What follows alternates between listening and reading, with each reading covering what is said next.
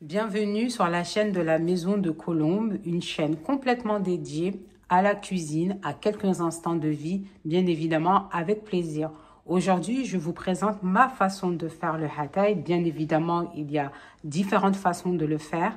Moi, c'est un peu ma Madeleine de Proust, le vendredi soir, en famille. C'est quelque chose qui a marqué mon enfance et beaucoup ma vie d'adulte. Et c'est ce que je transmets aujourd'hui aux membres de ma famille.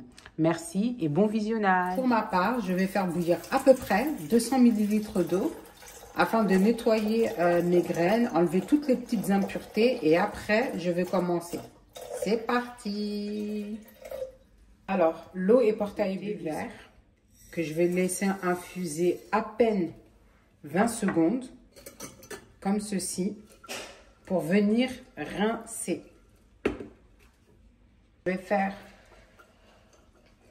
Je vais ouvrir les feuilles pour enlever toutes les petites impuretés qu'il peut y avoir.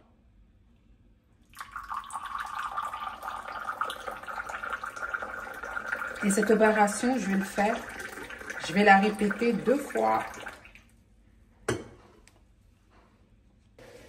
Donc là, après les 2 rinçages, je vais venir mettre l'eau. Et là, je vais laisser infuser les feuilles de thé vert tranquillement.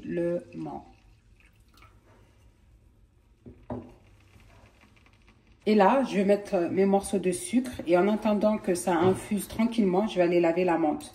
La menthe, c'est vraiment à votre convenance. Mais je trouve que plus vous en mettez, et le goût il est juste délicieux. Franchement, c'est tous mes souvenirs d'enfance, le vendredi soir avec mes parents, dans notre petit appartement, c'était vraiment des excellents souvenirs.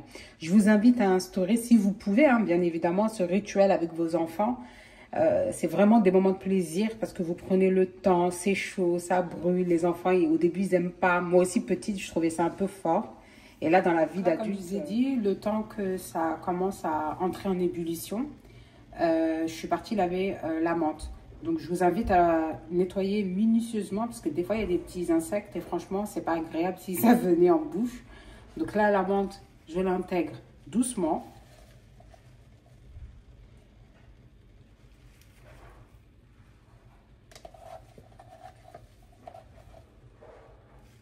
Donc là, j'ai mis toute la menthe fraîche, comme vous pouvez le voir.